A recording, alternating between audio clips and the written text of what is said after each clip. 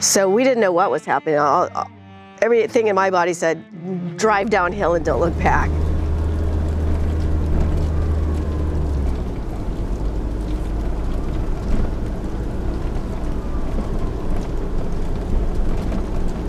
By the time we got out here and saw the fire, the winds were blowing probably at least 90 miles an hour. Embers in the air. I made him go pack a bag because he hadn't packed a bag. And when we were pulling out of the driveway, it was probably 3 in the morning. The house, there's one house standing here right next to it. That house was already on fire. So we waited pretty late. I'm Justin Smith. This is Kim Grant. This is what remains of our home, essentially, which is just this concrete right here. We are up in the area that you would call west of Lake. Essentially, the west of Lake area didn't really get any sort of evacuation notifications, so a lot of people got out of here really, really late. One of the big pushes of the fire came through this city block, and really, if you look around, it leveled our street, and it just sort of wiped this part of Altadena off the map, more or less. The whole thing came on pretty strong. You know, you walk outside, you see the mountain on fire, it still looks like it's far away. I mean, I even had to check my phone to see if we got an evacuation notice, because I'm just like, is this dangerous? Like, this is telling me one thing, instincts. Kim has better instincts than I do. She's like, we got to get the fuck out of here, you know. Driving out of here, it was smoky, it was windy, things were down in the street, and it was very apocalyptic. No fire engines anywhere until we hit Lake Street. We saw one standing there.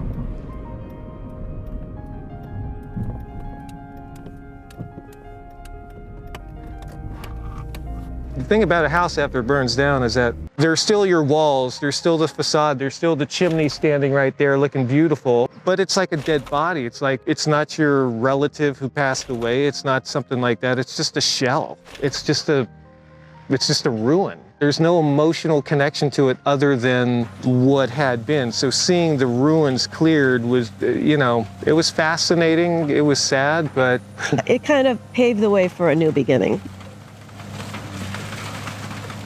It's really, really exciting to see the neighborhood start to go back up. But there's a lot of folks, ourselves included, who are essentially stuck in the gap between insurance coverage here and rebuild costs right here. So it's sort of a waiting game. We're trying to secure funding to basically make up the difference and this and that. You know, I don't even think really insurance does a good job of notifying you as to what it's truly doing and what it's going to do for you in a moment like this. So, I mean, we bought 3 years ago. We're in not as bad of a position as other people, but there's still a gap. And that's just being here 3 years. I mean, there are people who are starting that don't have funding in place that are just like, I'm starting anyway. We're being a little more cautious, and we don't want to start until we know we can finish.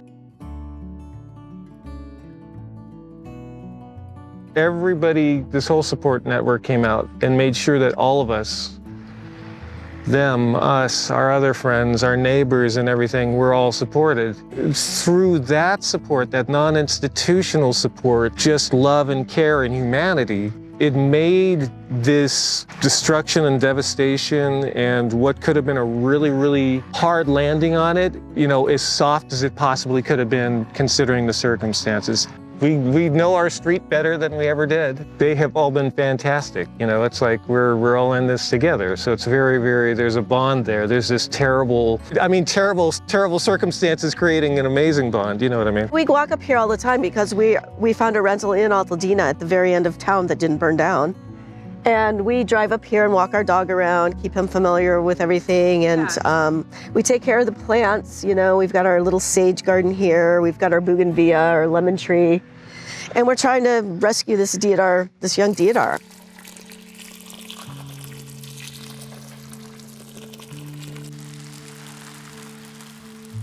For me, I picture being back here. We're trying to build back basically not a carbon copy, but a 90% carbon copy of what we had. It was a Jane's Village. It was, you know, built in 1925. It wasn't perfect, but it was ours and we loved it. We get envious of people already building, and it's like, we got to go at our own pace, and it's going to happen slowly. This probably won't be a town. I mean, it is a town now, but it won't be full again for probably another 5 years. So you got time. You know? There's no set answer for anybody, only that there are a lot of networks out there that really try to help and try to facilitate building back and utilize those things to try to help you get through it, because there's so much that none of us know. I would say to people, just take care of yourselves first, take care of your mental health, because a lot of people have trouble. Take care of your physical health and your mental health, and then wait till you're strong enough to get there.